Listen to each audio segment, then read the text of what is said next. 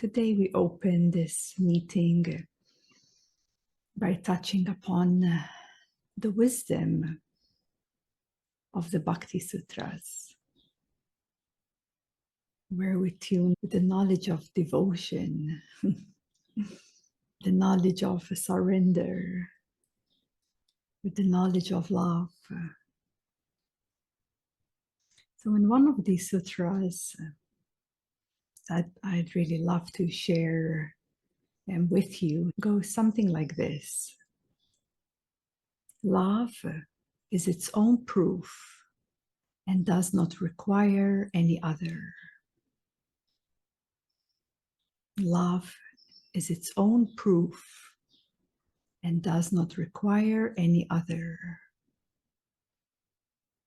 And the reflection always begins from us and how we perceive this verse, how it relates to us,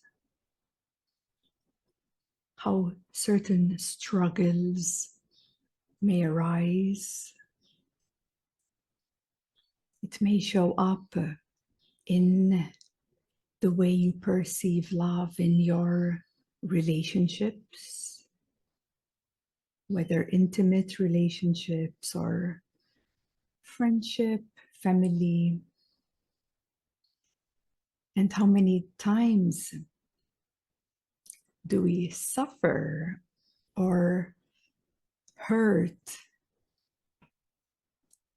because we don't maybe receive the love that we expect to receive. Maybe that word you expected from someone you didn't receive. Thus, it may have hurt you.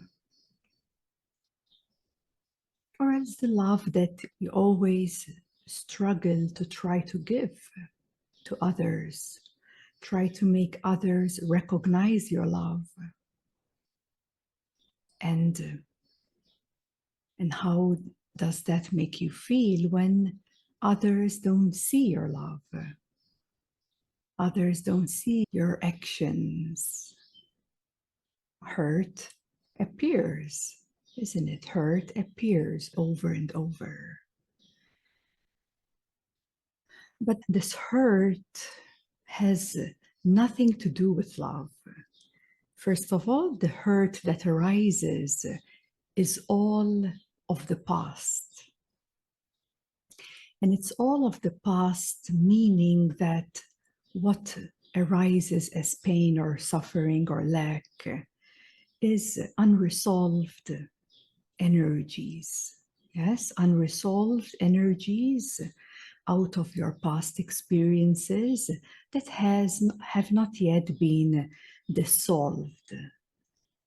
Thus, they are carried, maybe in your mind, or maybe in your heart, or maybe how you perceive love. They're carried like a mark, yes, like a mark. And that mark, it tints your view of love, your expectations of love. And that's the only reason why this pain keeps coming up. This pain keeps coming up. And the pain, when I speak of pain, it can be more subtle for others. It could be a certain longing or a certain lack of not feeling loved. So it can have all sorts of flavors to you. In its essence, pain is a form of suffering. A form of suffering is a certain attachment to something, a certain attachment to expectation, to what you think this love, this magic of love should look like. We have certain expectations, certain narratives, certain worldviews. And it's usually quite mixed up within each other. Thus, there's no clear seeing. There's no discernment, because everything is, meaning energies, emotions, and thoughts, they're all intermingled up together. Thus, it's hard for us to rise above the suffering. It's hard to rise above when we don't know how to do that or what to do exactly. The true love doesn't need anything. The pure love, it doesn't need any proof from anybody. The pure love, we speak of the love as pure and open, and it's untouched and unbroken, and it's beyond all desires, and it's beyond all the qualities. It's beyond all. It's beyond all the energies and attachments. The pure love, which is right at your core, or the love that comes from God, yes, that love is pure and it doesn't require anything from anybody. Now, many times then people mix this up as well. And of course, because there is no yet that direct experience of knowing that true love, that pure love of God, so to speak. And then we may mix this up by saying, okay, for example, I do love someone, but that someone is not treating me right, for example. What should I do? Should I stay there and receive all the abuse, so to speak?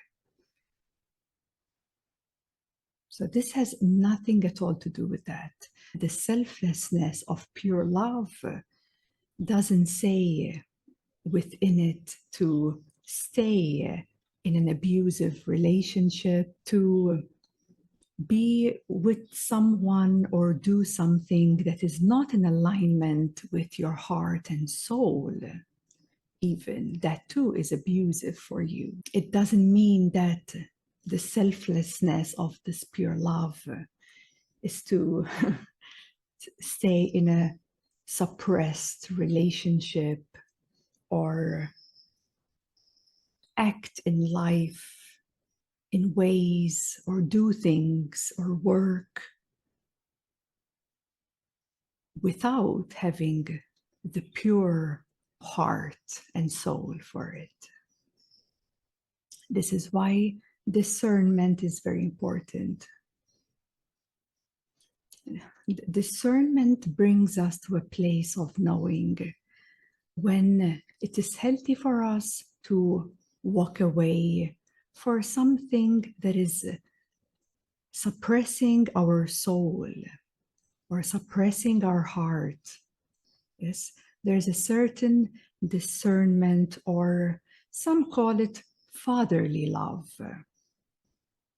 But there's like a type of love that, although love is present, I may still need to walk away because this is not serving my highest, my soul is not serving that. And that you definitely feel it.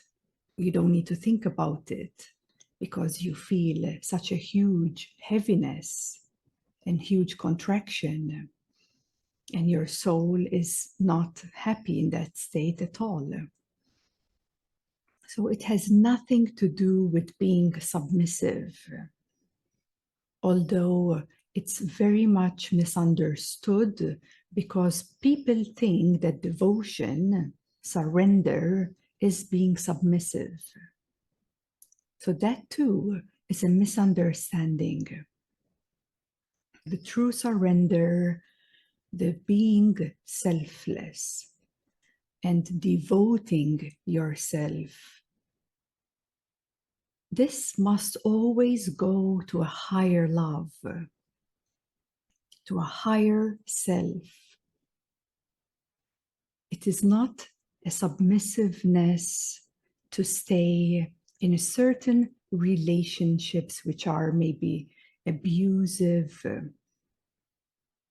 dismissive, and suppressed, which are full of attachments in itself. It's not that at all. It's to trust yourself, actually, beyond anyone else. To trust the truth, the love, the wisdom. These are the three principles of the universe. To trust that in you. To know that in you. And the surrender is the surrender of mind, is the surrender of attachments to that relationship, as an example, is the surrender of attachments. It's the surrender of desire. And giving the higher power to the soul and divine. So the surrender, the giving up, so to speak, is always referring to the mind, to the ego, to the self, the limited self. Once that learns how to surrender, how to become selfless, you begin to go. So selflessness takes you beyond the limited self or the attached self with the external world. And there are a lot of attachments when it comes to love. People can do a lot of crazy things when it comes to love. But yet, one of the most craziest things we can ever do is lose ourselves, forget about who we truly are, and give our power away. That's the most craziest thing we can ever do. So this pure love, which is within you, but most of the time hidden with so many veils of attachments, of fears, of insecurities, that we are not able to tap into the power of God in you. And so this is why when it comes to love, the only way is to let go. We start letting go very early in our spiritual path, because to open to the first spiritual awakening, the inner light awakening, we already would have learned that to open the inner light, we must heal our heart, our emotions. We must heal our past suffering and pain.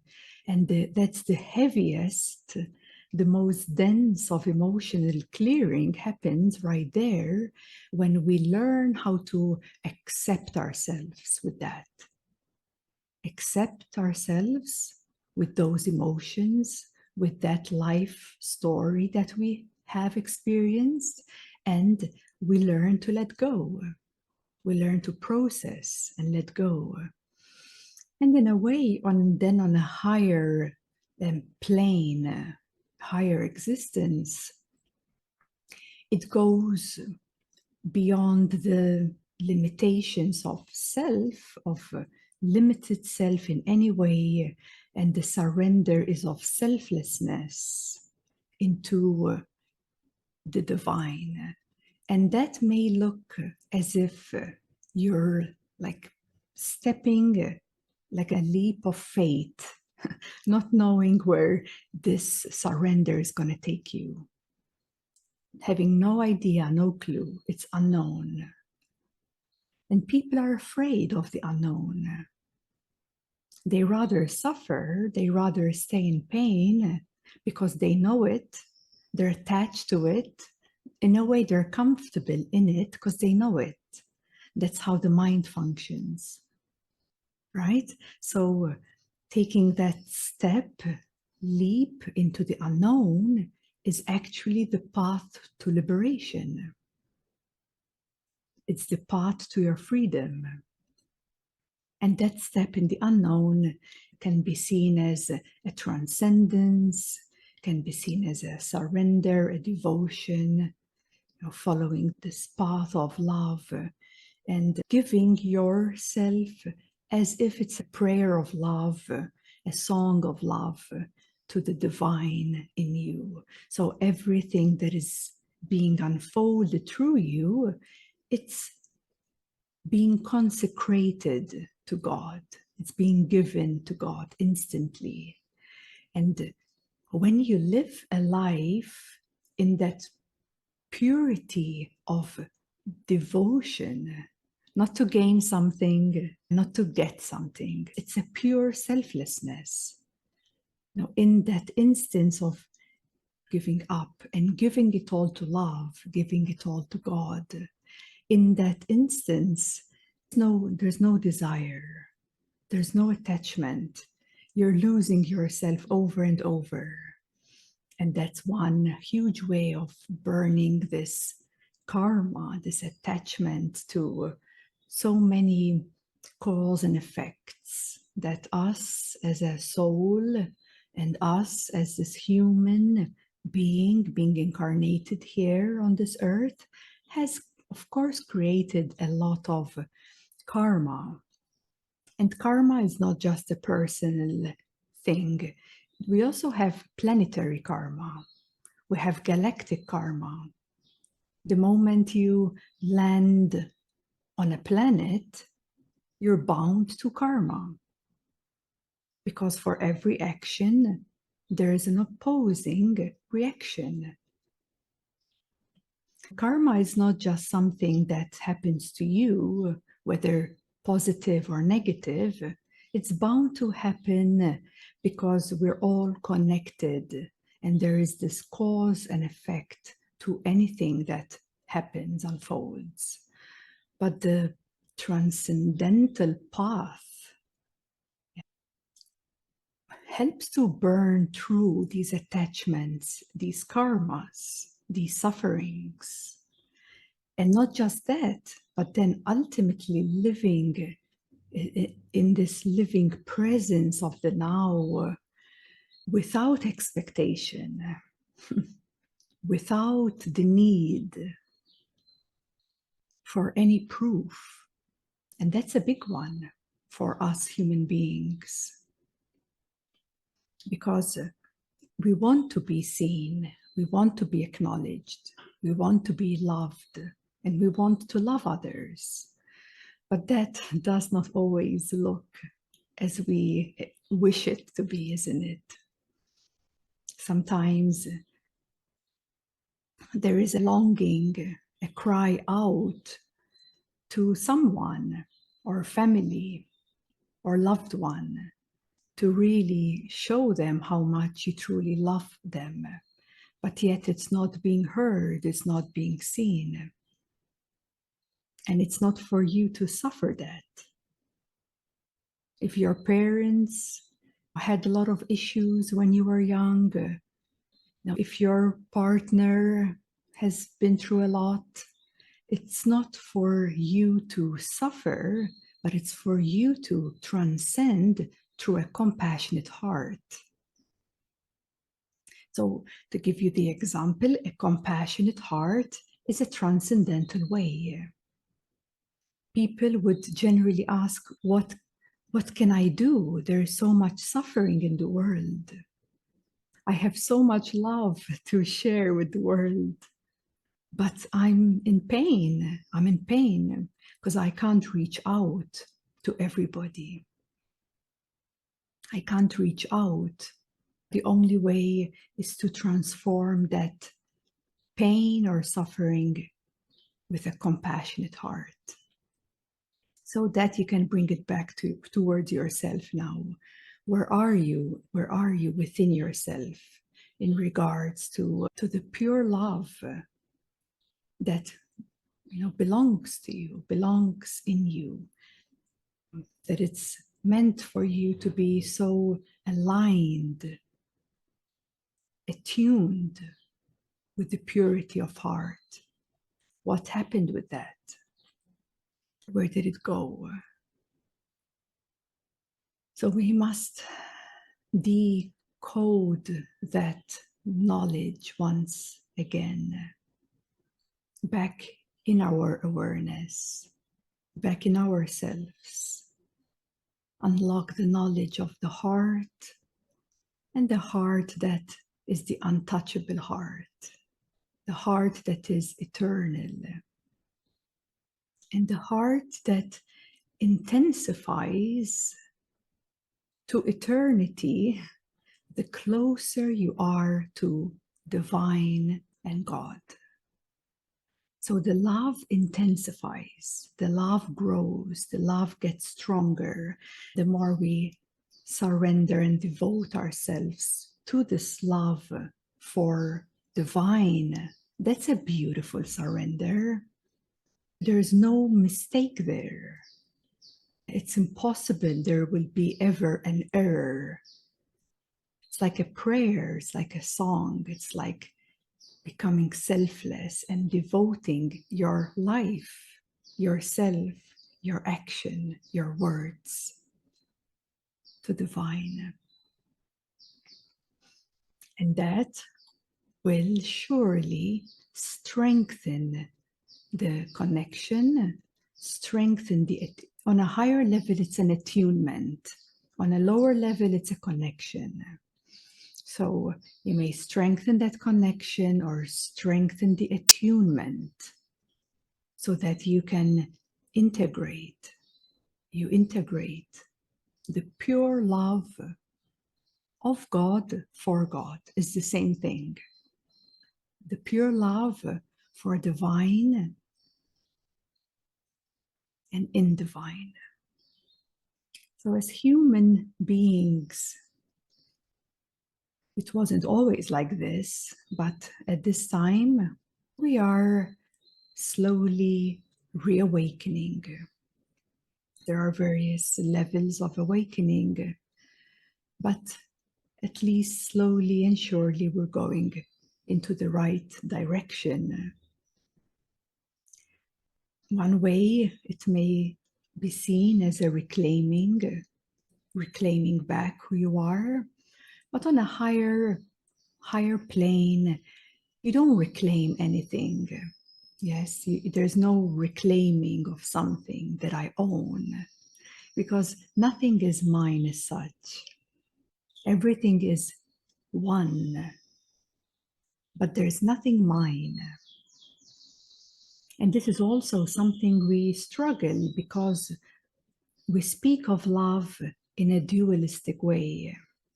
We speak of love as mine. I love you, right?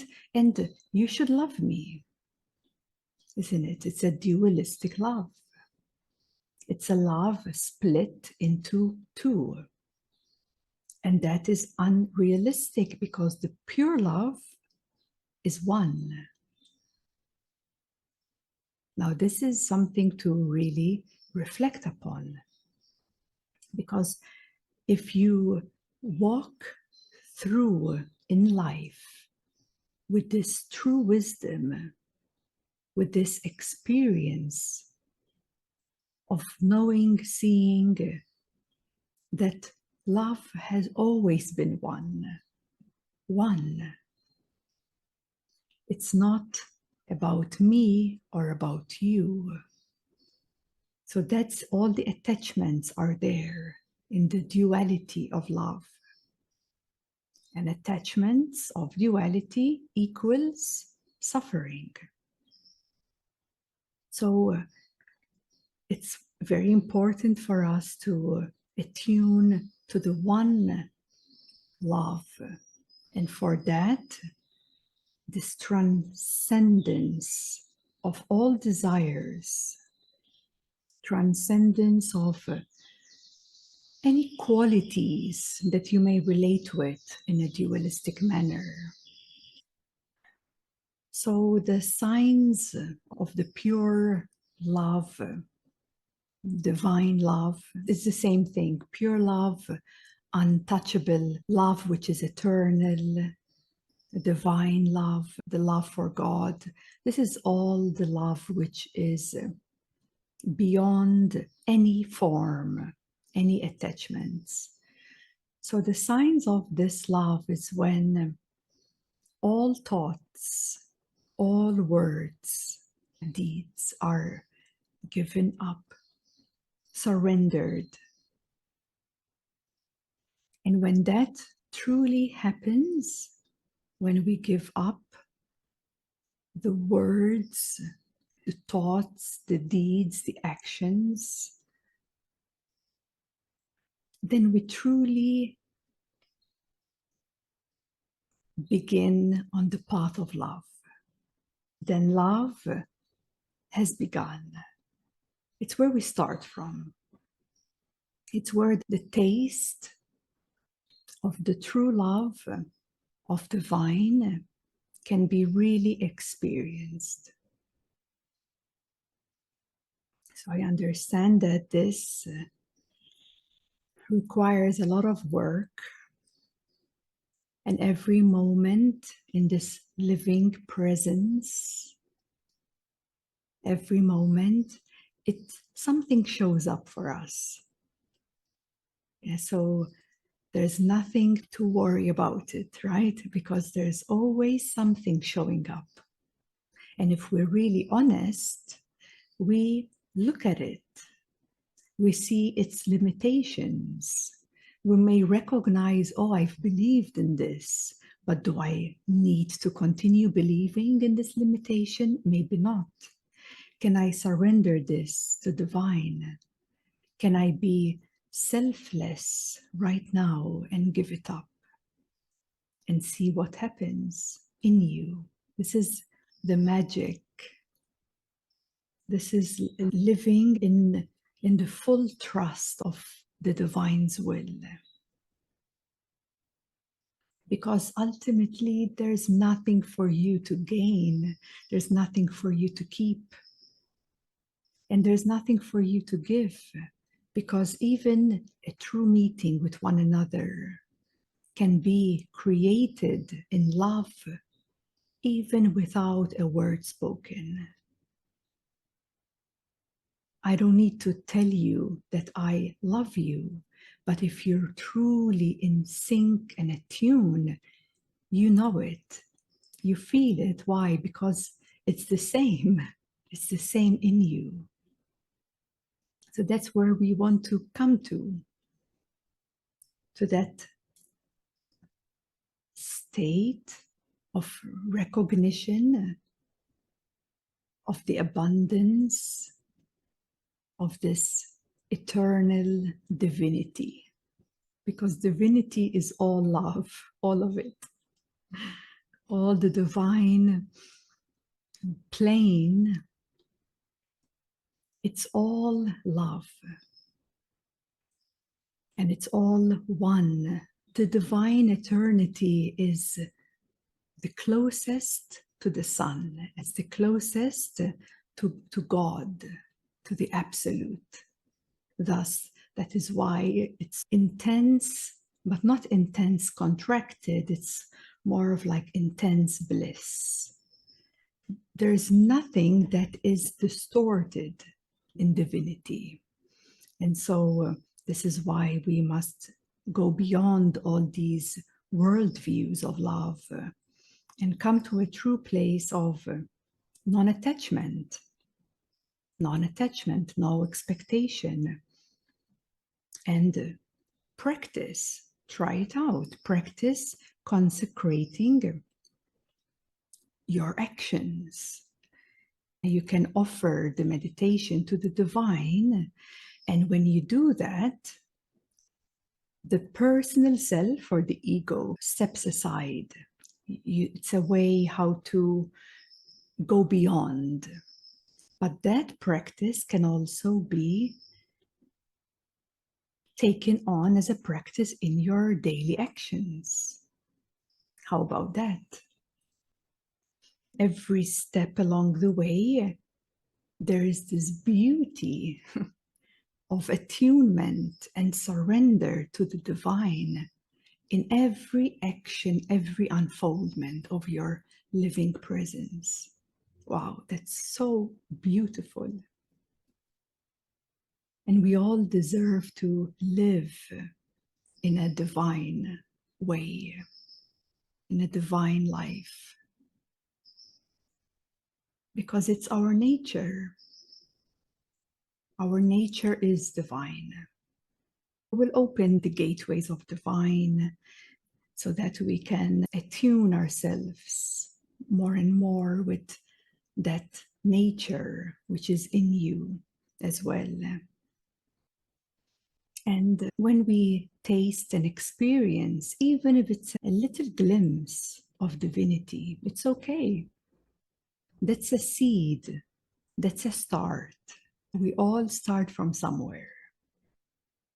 Just like a seed, it takes time to grow a plant into a tree, and then we have the fruits of the tree.